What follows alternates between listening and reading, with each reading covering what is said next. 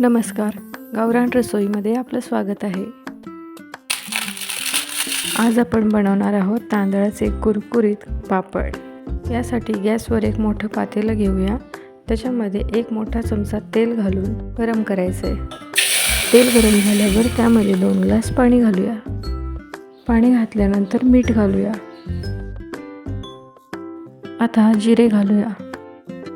पाण्याला चांगली उकळी आली की ज्या ग्लासने आपण पाणी घेतलं होतं त्याच ग्लासने 2 ग्लास तांदळाचं पीठ घ्यायचं. आता लाटण्याच्या सहाय्याने हटवून घ्यायचं. हटताना अजिबात थांबायचं नाही. ही प्रोसेस फास्ट करावी लागते. आता गॅस बारीक करायचा.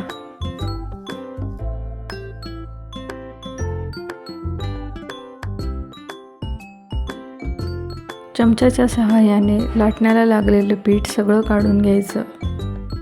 दुसरीकडे अर्धा ग्लास पाणी थोडं गरम करून घेऊया. आता हटवलेल्या पिठामध्ये ते गरम पाणी घालून घेऊया. लगेचच झाकून ठेवायचं आहे आणि पीठ वाफवून घेऊया. पुन्हा एकदा हे पीठ मिक्स करूया आणि गॅस बंद करूया.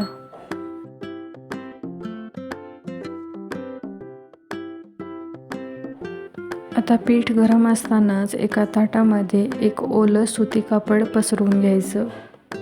त्यामध्ये हे सगळं पीठ काढून घेऊया. आता व्हिडिओत दाखवल्याप्रमाणे रुमालाचे 4 कोने एकत्र करून पीठ जोरात मळायचे. असं पीठ मळताना ताकदीचा वापर पूर्ण करा.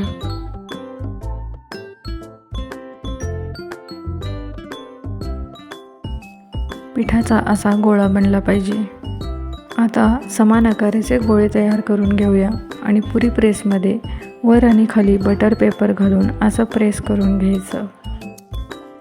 प्रेस केल्यानंतर पापडाचा आकार असा दिसेल. अशा प्रकारे सगळ्या पिठाचे असे पापड तयार करून झाले आहेत. या पापडांना आम्ही घरातच फॅनखाली सुकवलं. 2 दिवस फॅनखाली सुकवल्यानंतर तुम्ही बघू शकता पापड. आता लगेचच पापड तळून दाखवते. कढईमध्ये तेल गरम झालं आहे. आता एक एक पापड तळून घेऊया. तळताना तुम्ही बघू शकता पापड किती चांगलं फुलत आहे.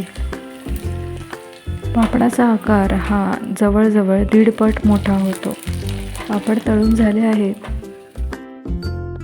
पापड किती क्रंची आणि खमंग झाले आहेत बघा. घरचे पापड बाजारातल्या पापडापेक्षा जास्त टेस्टी आणि शुद्ध असतात. त्यामुळे नक्की करा आणि रेसिपी आवडल्यास लाईक, शेअर आणि सबस्क्राईब करा.